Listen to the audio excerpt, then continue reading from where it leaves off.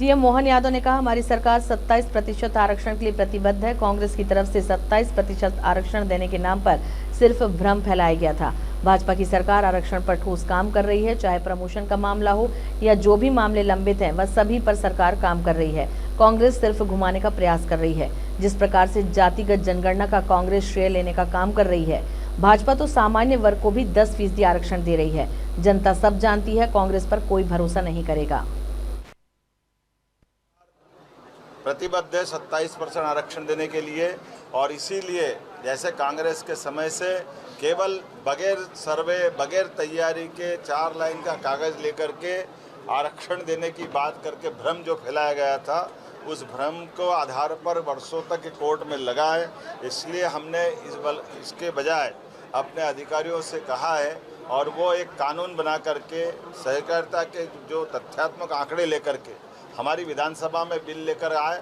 हम उस पर ठोस काम कर रहे हैं, और ये जो 27% आरक्षण की जो प्रतिबद्धता है, 14% के अलावा जो हमारे जो शेष बच्चे लोग हैं, उन सबको इसका लाभ कैसे मिले। आज जैसे बदलते दौर में हमने अपने सारे अधिकारी कर्मचारियों से लंबित मसलों का निराकरण किया, चाहे वो प्रमोशन वाला मामला हो। उसी प्रकार से लंबित ऐसे विद्यार्थी जो इस चक्कर में कोर्ट के कारण से ज्वाइनिंग नहीं दे पाए, उन सबको भी हम कोशिश करेंगे कि सबको ज्वाइनिंग कराए। और 27% आरक्षण देने के लिए मध्य प्रदेश सरकार कटिबद्ध है। कांग्रेस केवल उलझाने का प्रयास करती है, घुमाने का प्रयास करती है।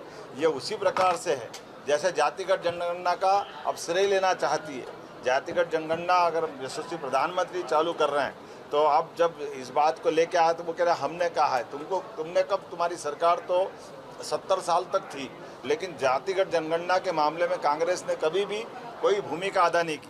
बल्कि 1953 में जवाहरलाल नेहरू जी ने अंग्रेजों के समय से जातिगत जनगणना चलती आई थी। उस जातिगत जनगणना को बंद करने का निर्णय अगर किसी ने किया तो जवाहरलाल नेहरू ने किया।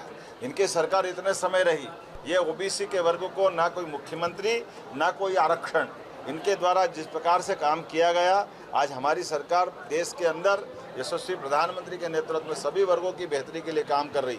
हमने तो सामान्य वर्ग के लिए भी 10% का आरक्षण, जो सभी समाजों के गरीब वर्ग हैं, उनको आरक्षण लाभ देना चाहिए। हम उस पार्टी के लोग हैं, जनता सब जानती है। इसलिए कांग्रेस और कांग्रेस के नेता कुछ भी कहे, इन पे कोई भरोसा नहीं करेगा।